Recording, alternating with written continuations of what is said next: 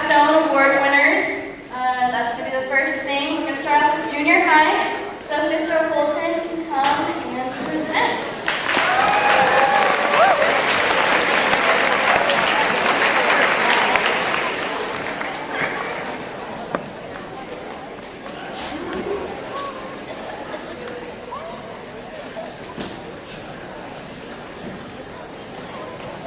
Good afternoon. Eyes up here, please. Thank you. All right, I'm Mr. Holton. Today I have the honor of presenting our Junior High Capstone Award to Sophia Jobman.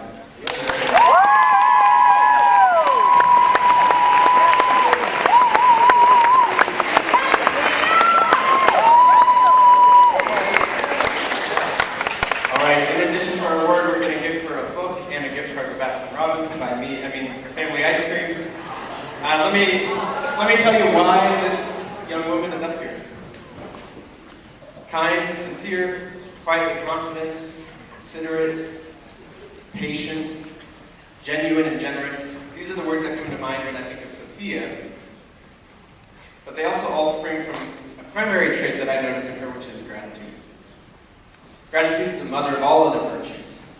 It pulls us out of ourselves and connects us to the world around us.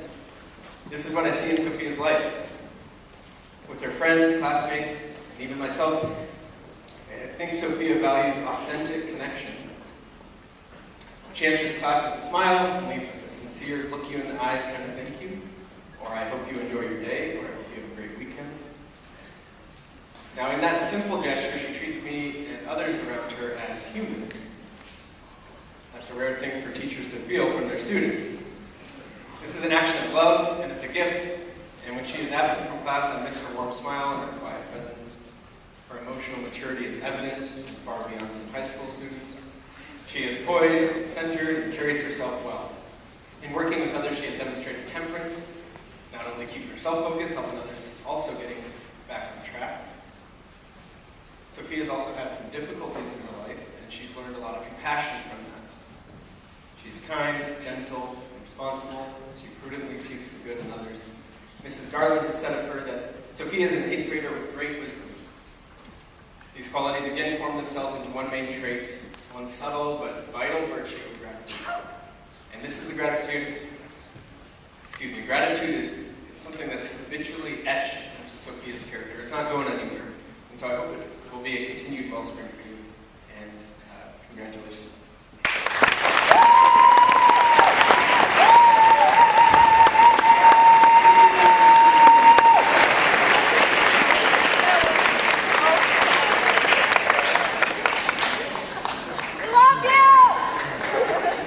Okay, so now we're going to have our high school Capstone Award winner presenter, Mrs. Scarlett.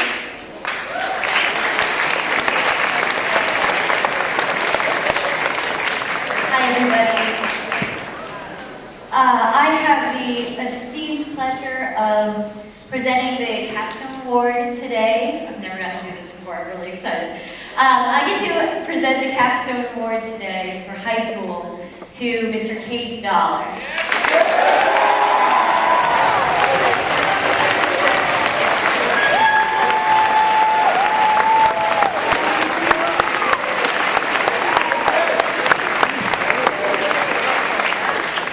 You gotta stand up there while I embarrass you, okay? This is for you. Well, I was just talking to Mr. Julius, Mr. Seipel, literally 3 minutes ago about C. Dollar and the way he stands up for the little guy and the way he is so constant. But I wanted to read you what I wrote about him. Caden is a young man with excellent leadership skills, diligent academic efforts, and most importantly, defined personal ethics. Those around him get to see every day. Since starting my class during football season, Caden has been grateful and respectful in his request for extensions and exemptions in my class. But his politeness paired with self-possession make him a calm and kind presence. One of his most admirable qualities is his innate sense of justice and his willingness to stand against injustice, even when it means questioning the shallow consensus or perhaps risking social status by taking a stand. This happened many times in my Comp 2 class, but one time that stands out to me most is when many students were defending a character in a short story who took the law into her own hands and may have committed murder. Many students were arguing that she was justified because she had experienced injustice and abuse at the hands of her victim, while only a few, Caden most notably, stood up for justice in defense of law and order. He compassionately explained how she could be both a victim and a criminal, but never above the law. It was great to see a student grappling with what he knew was right and articulating his defense of it so passionately in a literature discussion. He has defined his morality in his words and actions several ways throughout this semester as he prudently defended justice while maintaining dignity, respect, and kindness to all of his classmates, regardless of their differences. Without condemning those who disagreed with him, he stood up for what he believes is right. I am really proud of Caden Dollar as the Capstone Award winner today. Congratulations. Thank you guys.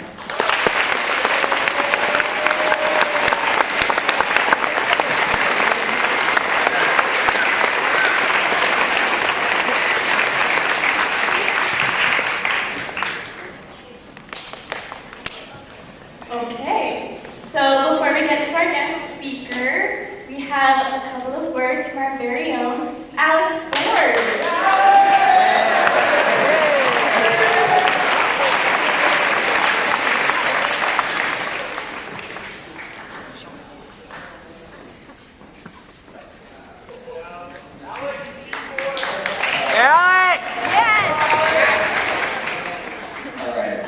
So the baseball team, also known as the cool baseball team, or CBT for short, has been through a lot.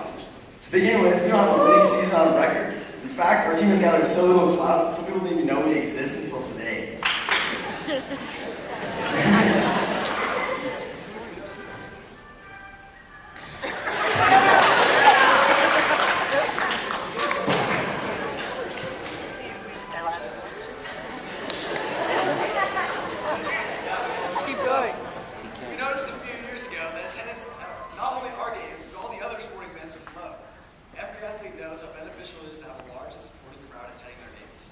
Instead of just standing around hoping people would begin to show their support, we decided to take actions and start to try and establish a new culture.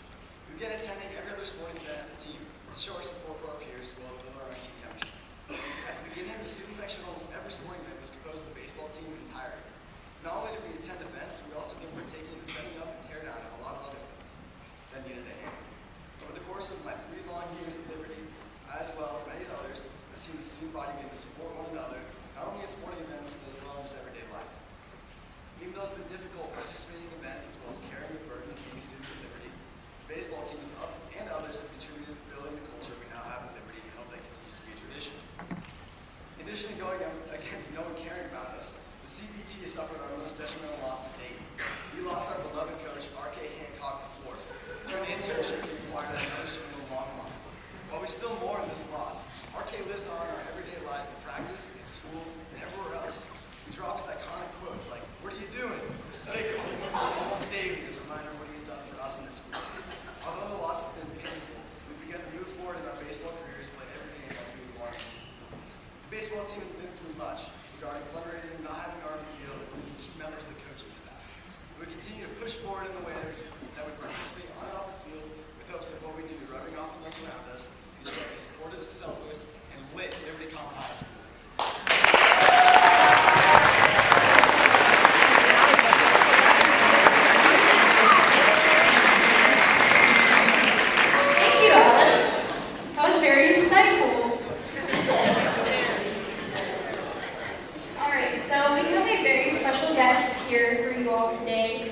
Before we share her with you, I'm going to share a few words with all of you about her. So Ginger Graham is the former president and chief executive officer of Amylin Pharmaceuticals, a biotech company focused on diabetes and obesity.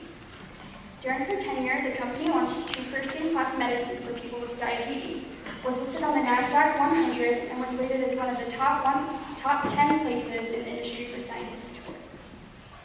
Prior to her time at Amylin, Ginger was group chairman, Office of the President for Guidant Corporation, as the company launched the world's leading stent platform, was listed in the Fortune 500, was recognized by Fortune magazine, as one of the best companies to work for in America and was included in Industry Week magazine's 100 best managed companies in the world. As a faculty member at Harvard Business School, she taught classes in entrepreneurship. She has also written for Harvard Business Review and is the subject of 2 HBS case studies. Today, she consults to first-time CEOs in the areas of leadership, strategy, board effectiveness, and organization building, and serves public and private companies as a board member. Ginger has received numerous awards and honors, including being listed in Pharma Voice's 100 of the most inspiring people, as well as being the first woman CEO named to the Pharmaceutical Research and Manufacturers of America Board and Executive Committee. On top of all of her numerous achievements, Ginger is the co-owner and developer of Ginger and Baker here in Hometown. She grew up on a farm in Arkansas, where she was taught the importance of hard work.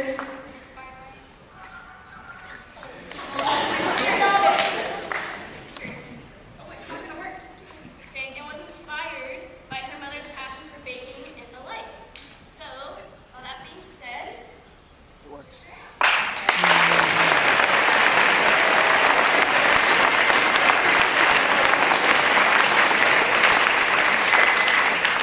Thank you. At least I have a microphone for a minute before the bell rings again. It's nice to be here. Thanks for including me today. I'm excited to get to talk to you about a very important topic called Fortitude. I'm sure you've talked about it in school, but I appreciate the invitation, Julianne. Thanks so much for that. I love this topic. It's kind of an old-fashioned word. I'm sure you've heard it in school, but in everyday life, you probably don't ever hear it. I haven't heard it in decades. A long time ago in the 1800s, it was very common in literature and in the media, in the press. Fortitude was highly valued, and a lot of people talked about it. But we don't so much today. I think sometimes we don't want to do what it takes to express mental fortitude. I was lucky. I was raised around people who demonstrated in live and living color every single day what fortitude looked like. I appreciate the word, and I think it has value to us. So I'll tell you a little bit about myself. In the introduction, they said I was born on a farm. I was raised in the middle of nowhere, Arkansas, on a dirt road in a very small family farm.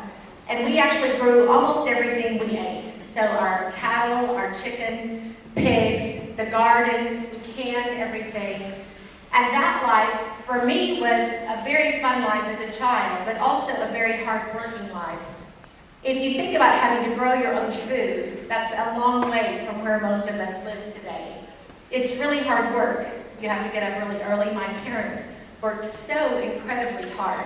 They had a lot of fortitude. So despite what happened, the weather, hail, drought, despite sick animals or losing your animals, they had to press on and find a way to feed their family. We always had something to eat. I know now that my parents were actually quite poor, but at the time I didn't know it because there were people who had less than us, and we always had food and food to share. I was being taught the values of patience and persistence and hard work and gratitude back then, every day at the farm. I'm a really lucky person. I learned 2 things most importantly from my parents.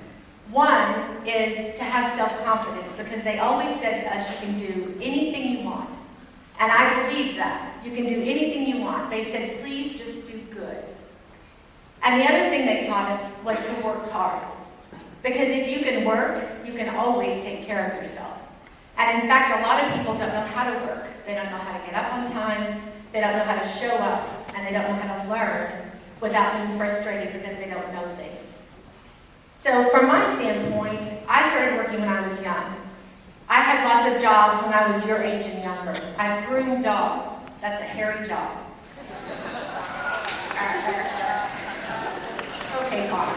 I've been a seamstress. I learned to sew very young because we made all of our own clothes. I sold clothing. I painted when I was in college to make extra money. I wrapped presents during holidays at a department store to make extra money on the side. I've been the cashier in a cafeteria. I've also picked grapes in a vineyard and driven a hay truck when people were bucking hay. I worked for a veterinarian, which mostly means I cleaned a lot of dog and cat cages, which is also not a very pleasant job. Some people my age talk about how hard their life was, how much they had to sacrifice, and they discuss choices that they had to make or their family had to make once upon a time. But I always felt like I was pretty lucky. I grew up on a farm, and we always had food to eat. And I had amazing parents, which not everyone is that lucky. My parents actually demonstrate for me what fortitude is because they grew up in a different time. They grew up during World War II when they were on rations and food was hard to come by. They grew up in the Great Depression when in fact people starved to death and animals starved to death. My mom was born in southwest Oklahoma, and during the Dust Bowl, her family almost starved, and they had to get in a car and drive to California. Her dad demonstrating fortitude to try to save their family from starvation. My dad wanted to learn and wanted to go to college, but they lived on a farm in West Texas, and he went to school for 1 semester, but his dad, who had been mustard gassed in World War I, was too sick to take care of the family farm, so he had to quit college and go back. He had the fortitude to do what his family needed to survive. I think of these things and then I think, I'm so grateful for my life because I didn't have to do that. I got to go to college, I got to have a job and pursue my dreams. I've traveled most of the world and done some really fun and interesting things. And I think a lot of people would say that your life is even easier than my life. You don't have to wring a chicken's neck and dress it to eat tonight. You don't have to milk a cow to have milk or make butter. You're not growing your own food today in most places. But I didn't think that my life was that hard. And I think a lot of times people would say of you as a young person that your life is too easy. That maybe you're not getting the chance to experience hardship and hard work. Maybe you've heard people my age say, oh yeah, they're lazy, or they're entitled, or they don't work hard enough, they don't have a good work ethic. But I bet you don't feel that way about your life. And I don't actually think that's true. I think today's world is not that easy. You do have to get up every day and go to work.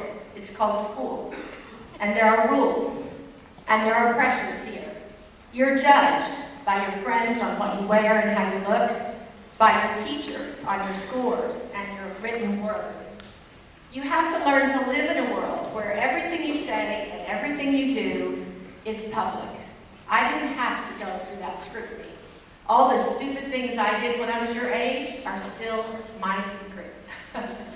Everything that you post, every picture you take, every message you send is actually available publicly. I think it's very difficult now to know who you are without being judged so much at every moment around the world. You may have a very difficult family situation and you come to school stressed out. Maybe you have divorced parents, or maybe you have trouble at home. Maybe you have a disadvantaged sibling or a sick elder in your home. Some of you may have experienced bullying. It may happen here. You may not feel like you have friends or able to protect yourself at times. You're exposed to violence on a global level that I never saw when I was your age. You see images that I never had to see until I was much older. And you live in a world of peer pressure, which is true of every teenager on the planet. But I think today peer pressure is live and in your face because everyone can make a comment about you, even people you don't know and people who don't care about you. In that, in terms of grades and sports and performances and participation, you're expected to do everything all at once, all the time. And that's pressure as well. And then, of course, there are the adults who are always asking you, what are you going to do after you graduate? Are you going to go to college? Have you gotten into college? And so they just add more pressure about your future and the uncertainty of it. Sometimes I think today, to be a teenager, you just have to have mental fortitude to be, because there's so much pressure. So what is fortitude exactly? We know the definitions. It's said to be mental discipline, facing difficulty, having courage or bravery in a difficult time. Sometimes people talk about perseverance or resilience, about when I was a kid, they would talk about testing your mettle. It's a very odd word, M-E-T-T-L-E. and it's an old expression for how tough you are. The origin of the word is Latin, so of course you've studied it here, but I think fortitude has a meaning that is about time as well. If you're brave or courageous, that is often just a moment. You have a snap decision and you have to do something. But mental fortitude, I think, is a commitment to time, a way of being. It implies that you hung in there, you kept going, you made it work, I'm going to see it through. Fortitude is a sense of commitment over time, which is really hard. How do you develop the capacity to have mental fortitude? Aristotle had a very interesting view of it. He said that if you possess the virtue of fortitude, it means you face and fear the right things. It's interesting that you have to fear something to be able to face it with good cause and demonstrate fortitude. In other words, you're looking for places to declare what you stand for, and you're willing to endure or suffer through other people not agreeing with you. I don't think fortitude is just a brave act. Like, we can often describe a courageous, amazing person, someone who protected someone else physically, a police officer, someone in the military. But I don't think fortitude is just about them. I think you express fortitude, and you can do it by standing up to a bully, by reaching out to someone who needs a friend, but maybe they're not the popular kid in class. You can take a job after school to help your family and still try to juggle your grades and your activities. Sometimes just telling the truth declares fortitude, because it can be hard to admit when you've made a mistake or done something wrong. I think fortitude is seen in very small acts, and sometimes in very personal and quiet decisions. To do what's right even when it's hard. I had the good fortune once to meet Mia Hamm. How many of you know who Mia Hamm is? So once upon a time, you would have all known, because Mia was, at one time in the world, the most accomplished soccer player, male or female. Mia has won 2 gold medals. She is a 2-time FIFA World Champion. When she was in college, she won 4 championships consecutively in her college. But Mia didn't start out her whole life playing soccer. She actually didn't start soccer until she got to college. And she went to a coach and she asked if she could join the team. And the coach knew that she was fit, but he didn't think she was committed. And in particular, he asked her, "Are you willing to be excellent every day?" And she's like, "Yeah, sure, I'll play soccer." But the coach wasn't convinced, and in fact, her work ethic wasn't up to par for a long time. And the coach wasn't sure she was ever going to be an excellent soccer player. But somewhere along the way, Mia decided to commit to excellence, not just once, not one great game, but every single day when she got up, she practiced. And she worked out harder than anybody. And she kept practicing, even when everyone else left the field. And one day, she thought she was alone on the field, and she had worked to the point that she was out of breath, pouring sweat, bent over, trying to catch her breath. And she didn't know it at the time, but the coach had seen her from a distance. And after that, she became a major player on the team, and the coach told her, "I know now you're committed to excellence because you did what was right when no one was watching." And I think of excellence as being very close to fortitude, that commitment daily to do what's right, even when no one is watching. I know, in fact, that fortitude can be really hard because you have to push through pain. You have to experience something that you don't want to, but you do it because you know what's right, and you have to anyway. There's a great book that I really like. If you have a chance someday, I think it'd be good to pick it up. It's called 13 Things Mentally Strong People Don't Do. It's an odd title, talking about what people don't do instead of what you would see. I think the premise of the book is really interesting because it basically describes a set of behaviors that people with mental fortitude, people who are mentally strong, there are things they won't do because they know that that is mentally not strong and not going to help them succeed.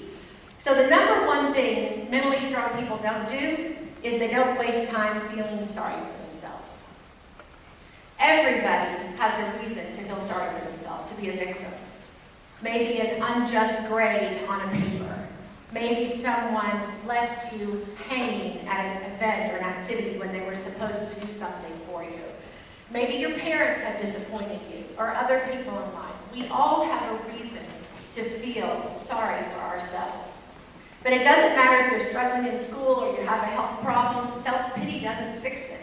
It doesn't make it go away. And mentally strong people don't feel sorry for themselves. I think about examples in the modern press. We see people who have had tragic accidents and go on to compete in Olympic level sports.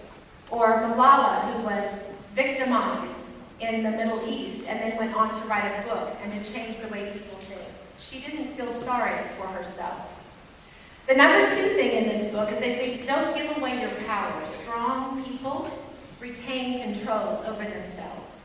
Have you ever used the expression, well, she said that and she made me feel bad about myself? Or he took that and then it made me feel like I don't count. So what you're saying is that someone else's act made you feel a certain way, which means you've given your power of who you are and what you feel over to them. Mentally tough people don't give away their power. What they say is, I'm going to take it back and I'll decide how I feel. You can act like you act, you can say what you say, but you can't affect me. People who are mentally tough don't avoid change. They embrace change because they see it as a way to learn something. A lot of us feel safe in a certain way with a small group of friends, or maybe in our favorite subject, or maybe not competing or going out for something because it's uncomfortable. But change is a necessary agent for growth. And if you practice tolerating uncomfortable things, you will get tougher. Do you listen to people who have very different views than you do, who disagree fundamentally with what you believe? Are you willing to listen to them, to be challenged in your own mind, to get mentally tough about, did you miss something? Or do you have more reinforcement for what you believe? There are people who are mentally very tough, and they don't waste energy on things they can't control. You can't decide how your parents are going to act in public, no matter how much they embarrass you. You cannot control what other people do. Really, the only thing you can't control is how you respond, your own attitude. And so when you are worried about things you can't control, you are wasting time and energy. And if you are mentally tough, and if you have fortitude, you will cast those things aside, and you will say, this is the way it is, and therefore I make these choices. I'm not going to worry about what I can't control. Mentally strong people don't worry about pleasing other people. Not that they're disrespectful or unkind, but they don't create their own life to make someone else like them. It's very important. The reverse is, how many of you have once upon a time said in your head, well, I don't care what they think? In truth, we do, right? All of us feel that way. There are times when it is right to discard what other people think. But often what we're saying is, I'm going to say that to protect myself. I don't want to be hurt or rejected, so I don't care what you think. In reality, growing up, it's very difficult sometimes to understand what you really think, because your parents have a thought, your school has a thought, your teacher has a thought, your friends have things that they believe. And so sorting yourself out takes time. But knowing in the end that you have to please yourself, and that you have to do what's right in your own mind and not please others is very important. Speaking the truth is important as part of that. But I would encourage you to always remember to do it not to punish someone else or to be harsh, but even if you have hard things to say, speak them with kindness. Remember not to worry about pleasing others. Don't go along with bad behaviors if people want to run off and do something crazy and you know it's wrong. It would not be good to make the choice just because they would like you more. Strong people are not afraid to take risk. My mom was the biggest advocate on the planet for taking risk. I tried everything. I was in gymnastics. We didn't have group girls sports back then, but we had individual sports. So I did gymnastics. I lettered in high school in gymnastics, and who would have imagined, because I'd never even seen a gymnastics performance then. I was afraid to try out. I tried out for cheerleader. I was so afraid to do it because I was afraid I wouldn't win, and it would be embarrassing. I participated in junior miss. I was in 4-H competitions. Anything that I could do that would test me and learn, I wanted to do, but often I would be afraid and chicken out. And my mom had a great saying, which I actually don't understand, but it worked for me. All my life, when I was about to back out of something that I was afraid I might be embarrassed or I would fail at, she would ask me one question. She would say, "What's the worst that can happen?" And in my head, I'm going, it's horrible. I'll be embarrassed. I'll be humiliated. My friends will be humiliated for me. They won't be my friend anymore. It'll be terrible. But her answer was, they can kill you, but they can't eat you. I always laugh. I don't know what that means. But it's stuck in my head my whole life. Like, what's the worst that can happen if you try something new? They can kill you, but they can't eat you. So it caused me to try a lot of things. It caused me to take risks that I would not have had on my own. And I learned a lot, and I had fun. And yes, sometimes I still was embarrassed and humiliated because I didn't do everything right. But I don't want to give up any chance to learn or grow or experiment because I'm too afraid to take risks. Strong-minded people don't dwell on the past. There is not one thing about yesterday that you can change. You can today apologize if you need to. Today you can ask forgiveness if you need to. Today you can try again if you need to, but you cannot change yesterday. So spending a lot of time dwelling on the past weakens your internal confidence and your self-esteem because you're saying I was wrong without making the choice to do better next time. Strong-minded people don't give up after failure. If all of us were perfect at everything the first time, life would be easy. But I never met an amazing, accomplished sports person, theater person, horse person, baker, business person who was perfect at everything on day one. We all start out failing.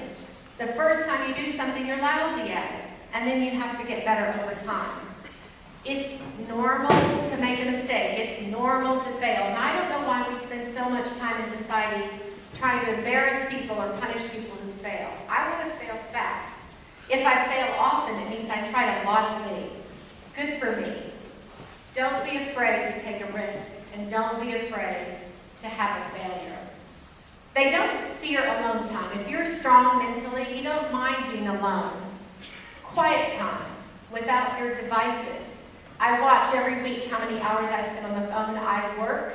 I'm on a few boards. I still travel professionally. I own a business. I spend way too many hours on my devices every day. But I still know how to go out in the pasture with our horses and be alone. When I was a kid on that country farm way out in the middle of nowhere, it was dark. I mean dark. There were no public lights, except we had a light at the farm shop so you could see outdoors of the house. I would walk to the very back of our pasture, down a few ravines and up a few hills, and I would lay on my back on the grass and look at the stars. And I could hear the horses and the cows. I could hear the coyotes calling. I could hear birds and bugs at night. In Arkansas, there's a lot of bugs. And I loved that alone time. That's where I could sort through things. It's harder to be in the dark and be totally quiet and alone than it used to be. But you can choose alone time. You can be with yourself and figure out where are you and how are you feeling about it and what can you do better. And if you're really strong, you don't think the world owes you anything. Strong-minded people are not entitled people. They're not waiting for the world or someone to make everything right. Everyone who's focused on what I deserve is missing the opportunity to be focused on what can I do, what can I give, what can I share. And thankfully, we all have gifts we can share, whether you got a fair deal in life or not. Some people are born with disabilities.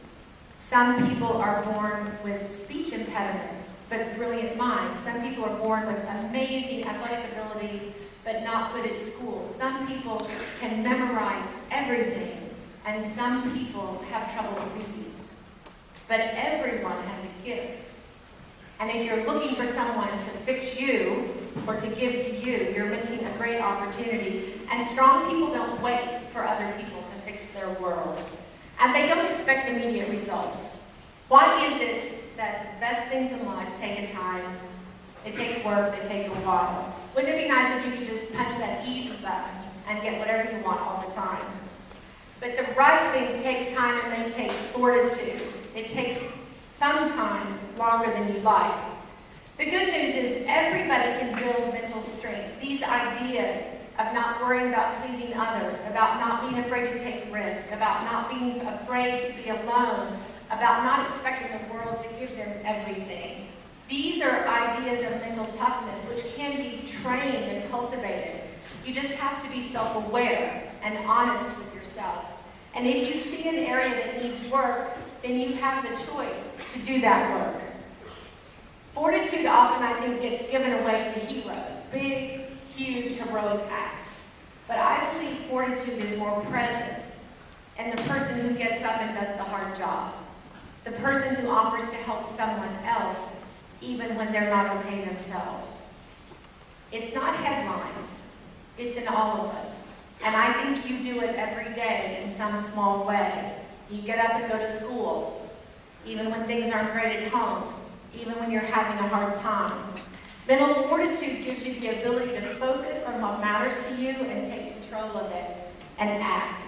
It's necessary to be successful in life, whatever your definition of success is. And if we develop the skills to have mental fortitude, we have a chance to have a great life.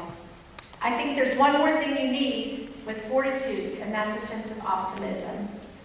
To have mental fortitude, it's necessary, but to be honest and open, to want to grow, and to see the best in everyone, to be optimistic about life makes it fun. And that contributes to a positive attitude, which in the end is all we have control over. If you've ever read Stephen Covey, there's a great line in the book that I've never forgotten. I read it over 30 years ago.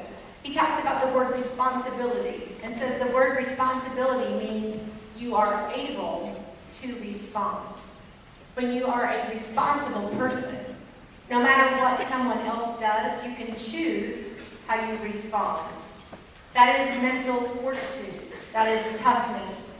And being able to respond means you are on the way to a great life. I hope you have support for each other in building mental fortitude and have a great life. Thanks very much.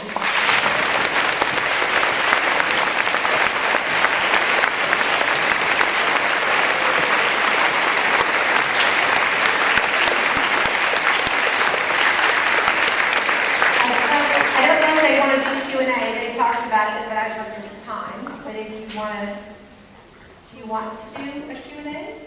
Yes? If anybody has a question, I'd be happy to address it. No one has? Yes, sir. Hi. Do you want to tell me your name? Thank you. And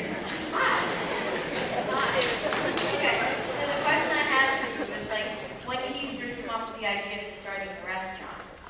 Oh, the restaurant. How many of you have been to Ginger Baker? This is an advertisement.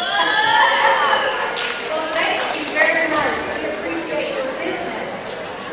I came up with the idea about the restaurant partly because of the way I was raised. So in the world I grew up in, my parents fed a lot of people. Anytime someone had a death in the family, or a baby was born, or they moved to town, or someone was sick, my mom would cook. And we would take food. And I learned early what hospitality means, about helping other people and sharing community through food. And I wanted to do that here in Fort Collins. And one of the things I learned really young was how to make pie. And I found out a long time ago, people love pie. And so I thought it'd be fun to open a pie shop where we could share community and get to know each other and have new experiences together. And we found this old building, which is awesome. It's on the historic register, and decided to open the pie shop in it. So come see us. Yeah, thanks for asking. Okay, so this is where, This Liberty Common Challenge coin is presented to you as an expression of gratitude for speaking to us on virtue and fortitude. It is emblazoned with each of the symbols of the Liberty and Capstone virtues, which also represent each of the houses in the Liberty Common Castle. We hope you will keep it as a photo reference every time visiting our fine school and as a positive contribution to the character education of our student body. Thank you so much. Thank you, everybody.